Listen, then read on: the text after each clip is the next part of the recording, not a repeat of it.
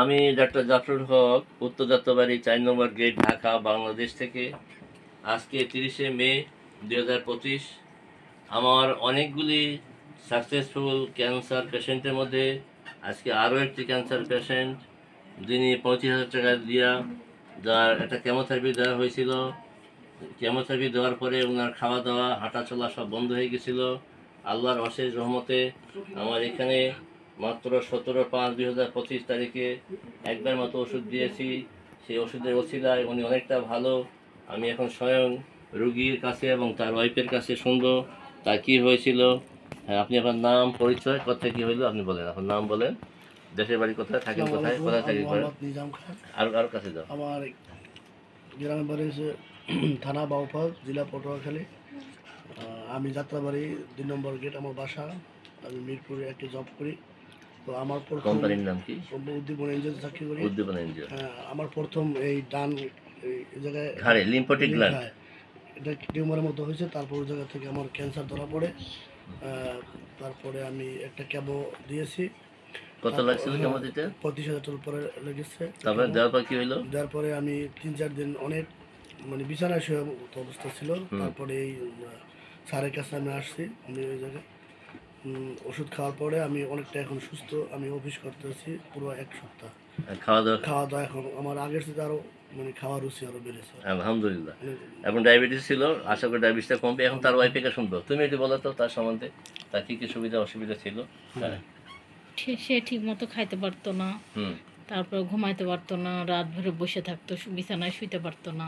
এখন আল্লাহর রহমতে শুইতেও পারে, কাশিও নাই, আবার ঘুমও হয়, এখন ঠিক মতো খাইতেও পারে। এবং অফিস করা বন্ধ হয়ে গেছে, তাই না? অফিস করা বন্ধ হয়েছিল, এখন অফিসও করতে পারে। সেই মিরপুরের উদ্দীপন এনজিও, মিরপুর 1 অফিস ছিল, যাত্রাবাড়ি থেকে যায়। এখন আল্লাহর রহমতে যাইতেও পারে, কোনো সমস্যা নেই এখন। আল্লাহর কাছে কোটি কোটি শুকরিয়া যে ওষুধের মাত্র একবার খেয়ে আল্লাহ তাকে ভালো রাখছে, উনি খেতে পাচ্ছেন, উনি অফিস করতে পারছেন। সবচেয়ে বড় কথা হলো রুজি রোজগারের যে প্রধান বিষয়, অফিস যাওয়া তার বন্ধ হয়ে গেছিল। এখন উনি অফিস করতেছেন সেই সুদীর্ঘ যাত্রাবাড়ি টু মিরপুর, সেই বাসে যাতায়াত করে অফিস করা, তার জন্য উনি করতে পারছেন। এই জন্য আল্লাহকে শুকরিয়া আদায় করছি। আমি আরও দোয়া করছি আল্লাহকে, আল্লাহ ওনাকে যেন পুরোপুরি সুস্থতা দান করে।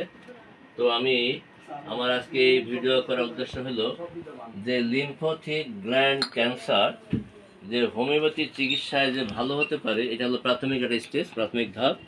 আমি আশা করি সম্পূর্ণ কোর্স কমপ্লিট করলে আল্লাহ ওনাকে মাফ করতে পারবে বলে আমি আশা করছি। আমি সকলের কাছে দোয়া চাচ্ছি, উনি সহ যত অসহায় মানুষ আছে সবাইকে আল্লাহ সুস্থতা দান করুক। আমি আরও বলতে চাই, যারা শুধু না লিম্ফোটিক গ্ল্যান্ডেই না, যে কোনো ক্যান্সার যদি আক্রান্ত হন, আপনারা আগে যে কোনো ভালো হোমিও ডাক্তারের শরণাপন্ন হবেন। যদি ঠিকমতো ওষুধ পড়ে, আল্লাহ অনেক মাফ করে। আমার অনেক রুগী ভালো আছে, তো আমি আশা করি সেই উনিও ভালো হবেন পুরোপুরি। আমার জন্য দোয়া চেয়ে আমি এখানে শেষ করছি। আমি আসসালামু আলাইকুম ও রহমতুল্লাহ বারকাতুহু।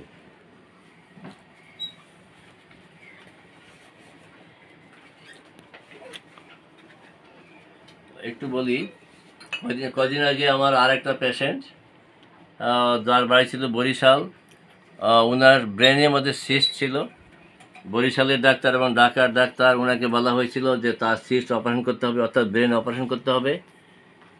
কিন্তু ওনার সমস্যা হয়েছিল বমি বন্ধ হচ্ছিল না, মাথা ব্যথা বন্ধ হচ্ছিল না। বরিশালের ডাক্তার বলা হয়েছিল তাকে অপারেশন করবে। এমআরআই করে দেখে তার ব্রেনের মধ্যে সিস্ট। উনি মাত্র 4 মাস চিকিৎসা করার পরে আমার এখান থেকে ওনার সিস্ট ভালো হয়ে গেছে। নাম ছিল তার রেহানা, বাড়ি ছিল বরিশাল বানুড়িপাড়া। আল্লাহ ওনাকে ভালো রেখেছে। আমি এর আগে একটা ভিডিও করেছি যেখানে পূর্বের এমআরআই রিপোর্ট, বর্তমানে এমআরআই রিপোর্ট হলো নর্মাল ফাইন্ডিংস, এটা আমি দেখিয়েছি। তো আমি আশা করছি ওনার বর্তমান রিপোর্ট হয়তো নেক্সট যদি ভালো রিপোর্টটা আসলে দুটোই আমি তখন শো করবো। আল্লাহ যেন ওনাকে ভালো করে। আমি আবারও দোয়া করছি। আসসালামু আলাইকুম ও রহমতুল্লাহ বারকাতুহু।